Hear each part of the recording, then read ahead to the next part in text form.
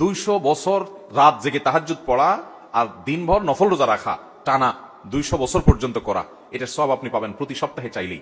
শুক্রবার, এটার উপলক্ষে অনেকগুলো আমল আছে। এটা হলো সপ্তাহের সবচেয়ে সেরা দিন, শ্রেষ্ঠ দিন।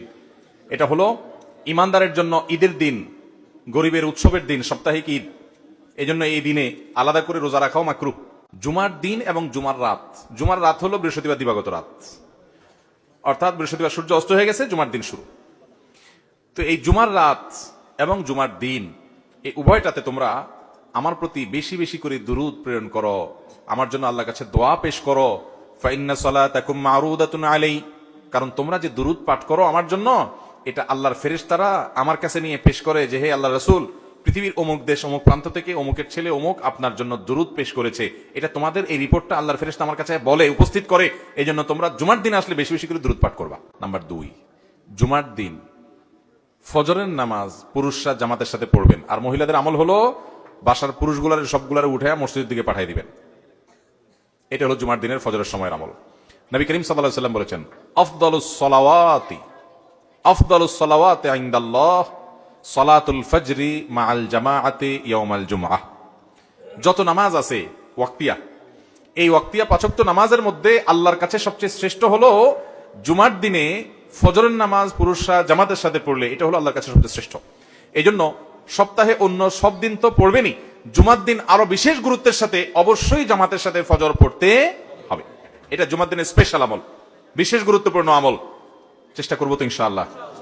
3 নম্বর আমল হলো জুমার দিনে 4টি কাজ করবেন, এই 4 কাজে মিলে একটা আমল, সেটা হলো 3 নম্বর। সেটা কি? নবী আলাইহিস সালাম বলেছেন, মান বাক্কারা ইয়াউমাল জুমআতি ওয়াবতাকার, যে জুমার দিন আগে আগে ঘুম থেকে উঠবে, ভোরে ঘুম থেকে উঠবে, ওই যে ফজর পড়বে।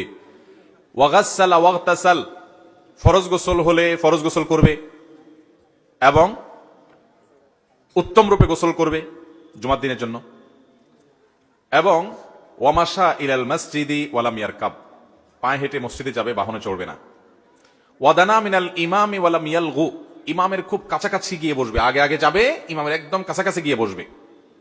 এবং খুতবা শেষ হবে, নামাজ শেষ হবে, এর মধ্যে কোনো বেহুদা কথা বলবে না, বেহুদা কাজ করবে না। মসজিদে গিয়ে যত সময় সম্ভব 2 রাকাত করে নফল নামাজ পড়বে, কোরআন তেলাওয়াত করবে, ভালো কাজ করবে, বেহুদা কাজ করবে না, চুপচাপ খুতবা শুনবে।